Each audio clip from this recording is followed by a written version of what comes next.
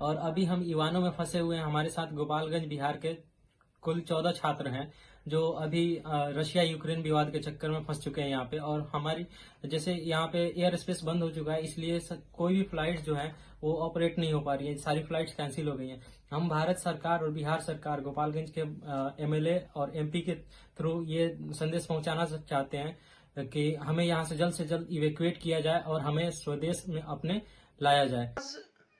हम लोग एक दो दिनों से लगातार देख रहे हैं रूस और यूक्रेन का मामला। रूस ने यूक्रेन पर हमला करके यूं माना जाए तो कहीं ना कहीं तीसरे विश्व युद्ध का मतलब तीसरे विश्व युद्ध को छेड़ने का कार्य शुरू किया है रूस ने।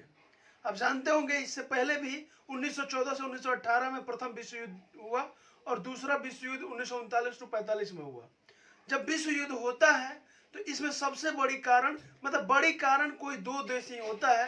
दो देश आपस में टकरा जाते हैं और जो देश जिस देश के मित्र होते हैं, जैसे आज भारत के सामने अगर चुनौती आई, अगर रूस ने भारत से सहयोग मांगा तो भारत को भी रूस का सहयोग करना पड़ेगा, इसलिए कि भारत का रूस ने हमेशा सहयोग किया है। आप जानते होंगे कि जब हमारा भारत आजाद हुआ था उस समय अधिकांश कल कारखाने रूस के सहयोग से लगाए गए थे।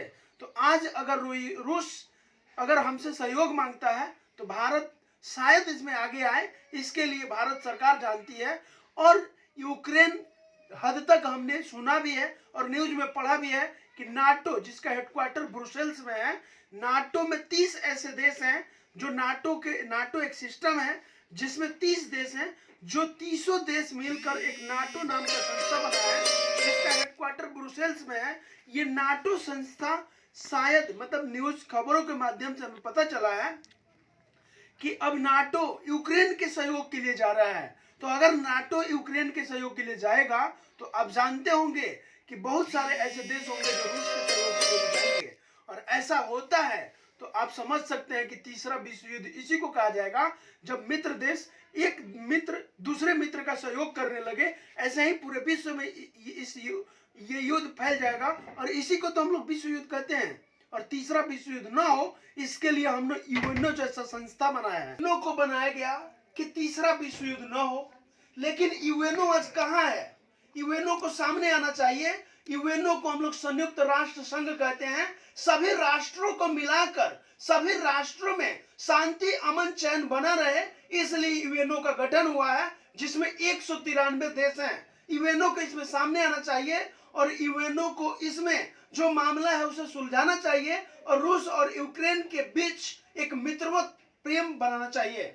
इसी कड़ी में हम गोपालगंज के सभी राजनीतिक जो हमारे राजनेता हैं, वोट मांगने के लिए जिन्हें आते हैं और जिनसे हमें भी मांगने का अधिकार है, आज गोपालगंज के वैसे 14 या सैकड़ों बच्चे होंगे जो यूक्रेन और रूस में मेडिकल इंजीनियरिंग और अपने रोजगार के लिए यूक्रेन और रूस में गए हैं।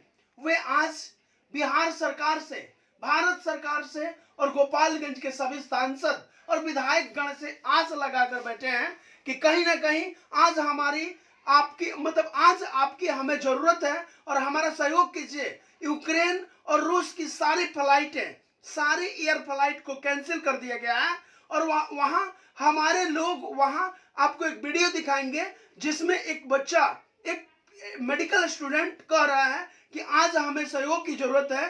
भारत सरकार या बिहार सरकार या गोपालगंज के सभी विधायक गण, आलोक कुमार सुमन जी, आप एक रिक्वेस्ट उनका सुन लीजिए और उन्हें जल्द वहां से भारत बुला लेने की एक व्यवस्था कीजिए जिससे वे शांति से सुरक्षित अपने घर को लौट पाए। इसलिए ये लास्ट उस बच्चे का कहना है कि गोपालगंज की जो भी सरकार की व्यवस्था है उनसे कहना चाहते हैं, जिसको उन्होंने वोट दिया है, और उन्हें एक मौका चाहिए, एक अवसर आपसे मांग रहे हैं कि एक बार हमें सहायता दे दीजिए, बिहार सरकार से भी और भारत सरकार से भी। आप देख रहे थे बात आपकी कैमरामैन अजीत सिंह के साथ।